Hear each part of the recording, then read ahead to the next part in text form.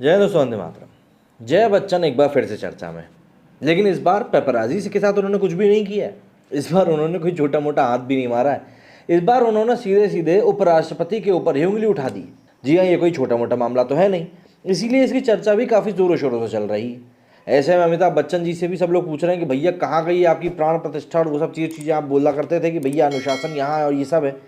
तब जया बच्चन जी का जो स्वभाव है, पिछले कुछ समय में जिस प्रकार की खबरें उनको लेकर लगातार मीडिया में सामने आई हैं, उन सभी में एक चीज़ कॉमन थी और वो था जया जी का गुस्सा, कि भैया उनको गुस्सा बहुत ज़्यादा आ जाता है। देखिए, एंगर की प्रॉब्लम कई लोगों को होती है भाई, लोग अपना एंगर जो है सही तरीके से चैनलाइज नहीं कर पाते और गलत जगह पर उनका गुस्सा निकल जाता है।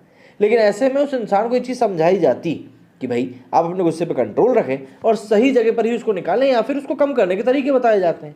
लेकिन मुझे ऐसा लगता है कि शायद जया जी के साथ इस बारे में कोई भी संवाद नहीं कर पा रहा है और उसका भी कारण शायद उनका गुस्सा ही। अब जरा जान लेते हैं क्या कुछ है पूरा मामला और उसके बाद देखेंगे किस तरीके से लोग रिएक्ट कर रहे हैं इस पूरे मामले को लेकर।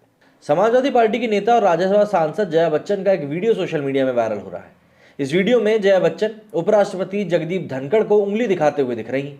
इस वीडियो को लेकर भाजपा ने जया बच्चन की निंदा करी है, साथ ही सोशल मीडिया यूजर्स भी उनकी आलोचना कर रहे हैं। रिपोर्ट्स के अनुसार ये वीडियो गुरुवार 9 फरवरी का है। राज्यसभा की कार्यवाही के दौरान कांग्रेस की राज्यसभा सांसद रजनी पाटिल ने सभापति के निर्देशों का पालन नहीं किया। इसको लेकर उन्हें बजट सत्र के शेष समय के लिए निलंबित कर दिया गया था। इसके बाद जया बच्चन कांग्रेस सांसद के समर्थन में बात कर रही थी। इसी दौरान उन्होंने सभापति को उंगली दिखाते हुए टिप्पणी कर डाली। जया बच्चन की इस हरकत को लेकर भारतीय जनता पार्टी जमकर आलोचना कर रही है।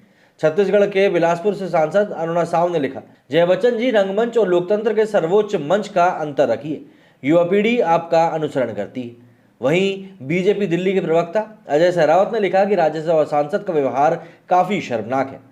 वहीं राज्यसभा बीजेपी के नेता लक्ष्मीकांत भारद्वाज ने लिखा कि अहंकार में चूर जया बच्चन राज्यसभा में उपराष्ट्रपति को उंगली दिखा रही। लोकतंत्र के मंदिर में ऐसे लोग कैसे आ सकते हैं। वहीं भाजपा प्रवक्ता अनुजा कपूर ने कहा है कि जैसी पार्टी वैसे ही संस्कार। जया बच्चन जी कम से कम आप पद की तो गरिमा रख लीजिए।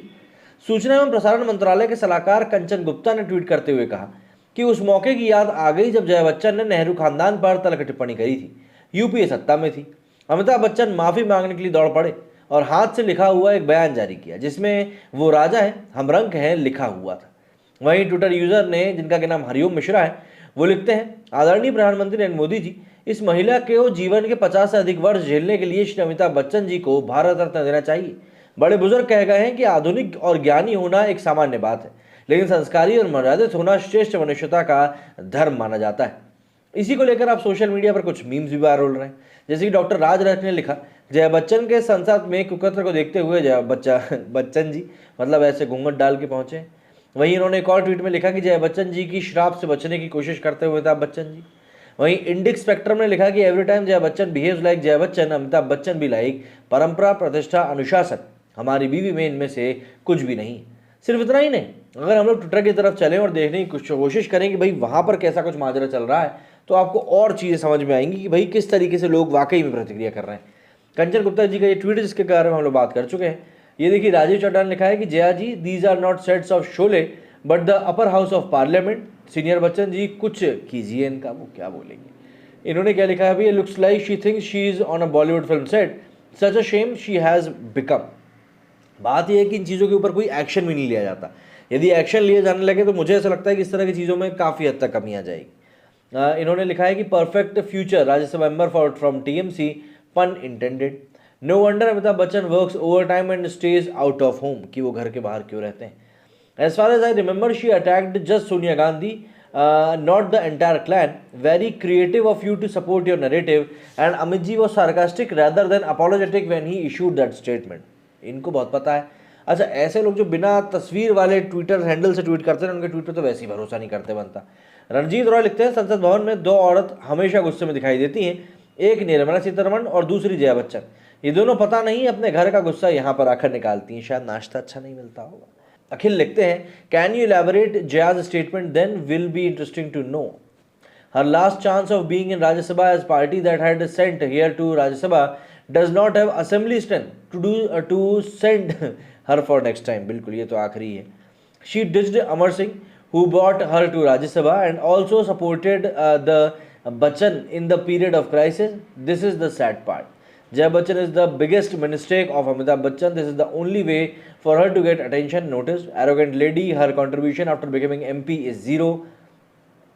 क्या क्या लिख रहे हैं लोग। हाइट कम फाइट ज़्यादा, परफेक्ट एग्जाम्पल।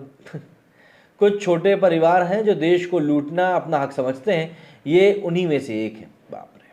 तो इस तरह के लोग रिएक्शंस दे रहे हैं अब जया बच्चन की इस पूरी घटना को लेकर। अब ये जो पूरी बात है, दरअसल लोगों का कहना है कि यार आप राज्यसभा मेंबर होकर अगर इस तरह से काम करोगे तो ऑब्वियस सी बात है जो आने वाले नेता हैं वो तो इसका अपना अधिकार समझ लेंगे कि भैया जब जया जी कर सकते हैं तो हम क्यों नहीं कर सकते। तो कहीं ना कहीं एक अराजकता की स्थिति तो फैलती है और अपनी बात कहने के अलग अलग तरीके होते हैं, लेकिन यदि आपको किसी भी चीज़ को लेकर एक ड्रामेटिक अंदाज ही बनाना है तो फिर कोई कुछ नहीं कर सकता। आपका इस बारे में क्या कहना है कमेंट करके जरूर बताइएगा। मेरे स्टूडियो फिलहाल इतना ही। जय हिंद, जय भारत।